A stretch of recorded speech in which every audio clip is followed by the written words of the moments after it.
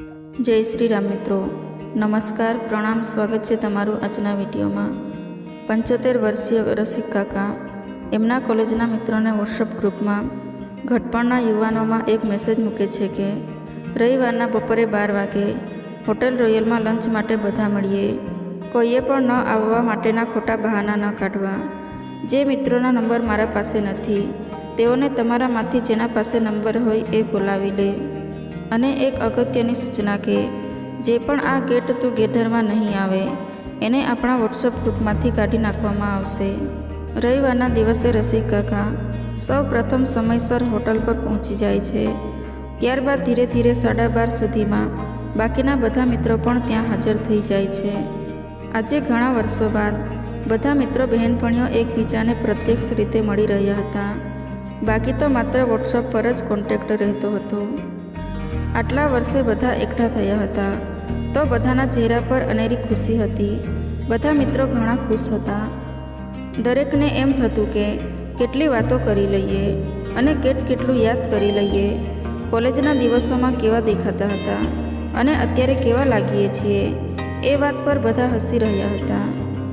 કોઈના વાળ જતા રહ્યા હતા તો કોઈ બીમારીમાં સપડાઈ ગયું હતું, કોઈના મોઢામાં દાંત નહોતા તો કોઈ દુઃખોથી પીડાઈ રહ્યું હતું। કેટલાકની પત્ની ગુજરી ચૂકી હતી તો કેટલાકના પતિ ગુજરી ગયા હતા। જીવનમાં એકલા હતા, કોઈ એમના સંતાનો દ્વારા ત્રસ્ત હતા અને એ એમના સાથે રાખવા માટે તૈયાર નહોતા। કોઈને વહુનો ત્રાસ હતો તો કોઈને વહુ દીકરા બંને તરફથી અત્યાચાર સહન કરવું પડતું હતું। દરેકને પોતાના મનની વાત, જીવનના દુઃખો વિશે એકબીજા સાથે વાત કરવાની ઘણી આતુરતા હતી। રસિક કાકા બધાની વાતો ધ્યાનથી સાંભળી રહ્યા હતા। ત્યાં વેટર ઓર્ડર લેવા માટે આવે છે। બધા લંચ માટે ઓર્ડર આપી મોટા ડાઇનિંગ ટેબલ ફરતે ખાવા માટે બેસી જાય છે અને બધા મિત્રો બહેનપણીઓ સાથે મળીને સેલ્ફી લઈને વાતચીતમાં મગ્ન થઈ જાય છે। ત્યારબાદ રસિક કાકા કહે છે, તમારા બધાએ મારી વાતને માન આપી અહીં ગેટ ટુગેધર માટે એકત્રિત થયા એ માટે હું અહીં ઉપસ્થિત દરેકનો આભારી છું। કોલેજના દિવસો બાદ આજે ઘણા વર્ષો પછી આપણે બધાને અહીં મુલાકાત કરવાનો મોકો મળ્યો છે। એકબીજા સાથે સુખ દુઃખની વાત કરવાનો લહાવો મળ્યો છે। એનાથી વધારે ખુશીની વાત કોઈ ન હોઈ શકે। કેટલાક કોલેજમાં હતા એ પ્રમાણે જીવનના ધક્કા ખાઈને થોડા ઘણા મૂર્છાઈ ગયા છે, પરંતુ જીવનના ઘણા ખરા ઉતાર ચઢાવને પાર કરી આપણે સૌ અહીં સુધી પહોંચ્યા છે। મારા મનમાં એક સરસ વિચાર આવ્યો છે કે જેમ આપણે અહીં એકઠા થયા છે એ જ રીતે આપણે આપણા ગ્રુપના દરેક મિત્રો બહેનપણીઓ મળીને એક ટ્રીપનું આયોજન કરી બીચ પર ફરવા જઈએ। રસિક કાકાની બીચ પર ફરવા જવાની વાત સાંભળી બાપુ અંકલ અને રશ્મિ આંટી તરત હા પાડી બોલ્યા કે અમે તો તૈયાર છીએ, તમે કહો ક્યારે જવાનું છે।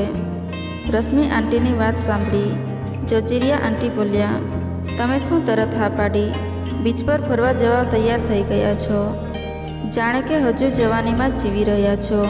બીજા આંટી પણ બોલ્યા, હા સાચી વાત છે, અહીં સરખી રીતે ચાલી નથી શકાતું અને આ ઘરડા બીચ પર ફરવા જવાની વાતો કરે છે। અહીં હોટલ પર કેવી રીતે પહોંચ્યા એ અમારું મન જાણે છે અને આ લોકોને બીચ પર જવું છે। બંને આંટીઓની વાત સાંભળી બધા ઉદાસ થઈ ગયા। રસિક કાકા બોલ્યા, હું ક્યાં એમ કહું છું કે આપણે રમવા કૂદવા માટે જવાનું છે। પુણે બાજુ જઈશું તો ત્યાં ગણપતિના દર્શન પણ થઈ જશે અને સાથે સાથે બીચ પણ જોતા આવીશું। જે જેમ ઈચ્છે એ રીતે આનંદ માણી શકીએ। દેસાઈ અંકલ બોલ્યા, અરે આ ઉંમરમાં દરિયા કિનારે જવાની શી જરૂર છે? ક્યાંક પગ લપસી ગયો ને પડ્યા તો ખાટલે પડી જવાનો વારો આવશે, એમાં આપણો કોઈ ફાયદો નથી। રસિક કાકા થોડા ગુસ્સે થતાં બોલ્યા, વારંવાર ઉંમરનું રટણ કરી શા માટે પોતાની જાતને દયનીય બનાવો છો? ભગવાને આ જીવન આપ્યું છે તો એને અંતિમ ક્ષણ સુધી ખુશીથી જીવી લેવું જોઈએ। આપણો મિત્ર રાજુ તમને બધાને યાદ હશે, જેને આપણે ટીનો કહીને બોલાવતા હતા। એ હંમેશા આનંદિત રહેતો હતો, ખુશખુશાલ જીવન જીવી રહ્યો હતો ને અચાનક અકસ્માતમાં એનું મૃત્યુ થયું અને આપણને છોડી ચાલ્યો ગયો। પછી પેલો રાકેશ વર્મા જે સાદું સીધું જીવન જીવતો હતો, પણ એને કેન્સર થયું અને એ પણ દુનિયા છોડી ચાલ્યો ગયો. એ લોકોને જીવવાની ઘણી ઈચ્છા હશે, પરંતુ એમના નસીબમાં નહોતું. આપણે બધા નસીબદાર છીએ કે ભગવાનની કૃપાથી આપણા દરેકના શરીર ઠીકઠાક ચાલી રહ્યા છે.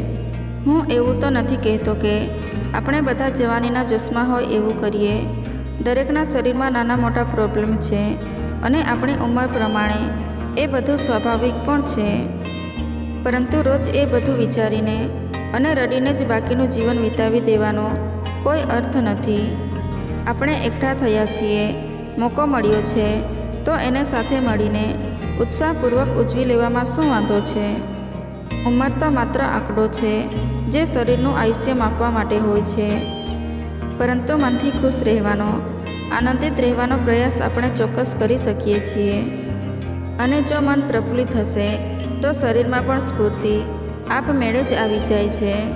માટે મારા વહાલા મિત્રો અને બહેનપણીઓ, આ આખું અઠવાડિયું તમે પોતે પોતાને ગુલાબ આપો, ચોકલેટ આપો, ગિફ્ટ આપો અને પોતાની જાતને એક વચન આપો કે હું ખુદને ખુશ રાખવાનો પૂરો પ્રયત્ન કરીશ. પોતાની જાતને અરીસામાં જોઈને ગળે મળો અને આ વેલેન્ટાઇન ડે પર પુણેમાં સરસ મજાની ગણપતિ ટ્રીપ માટે જવા તૈયાર રહો. પછી જુઓ કે તમને ભયભીત કરનારી આ ઉંમર ક્યાં ભાગી જાય છે. અને આ રીતે નવેસરથી જીવન જીવવાની શરૂઆત કરીશું. રસિક કાકાના ઉત્સાહથી ભરપૂર શબ્દો સાંભળી દરેકના અંદર જોશ ઉમટી આવ્યો. અને વેલેન્ટાઇન ડે પર બધા પુણે ગણપતિ દર્શનની ટ્રીપ માટે તૈયાર રહેવાની પ્રોમિસ કરી બધા ઘરે રવાના થયા. મિત્રો, ખરેખર ઉંમર તો એકમાત્ર અંક માત્ર છે. ઉંમરના આંકડા વધવાથી તન કમજોર થાય, પણ મન અને વિચારો કમજોર ન થવા જોઈએ. તો મિત્રો, આજની કહાની કેવી લાગી કોમેન્ટ કરીને જરૂર જણાવજો અને પસંદ આવી હોય તો લાઈક શેર કરી દેજો. ધન્યવાદ.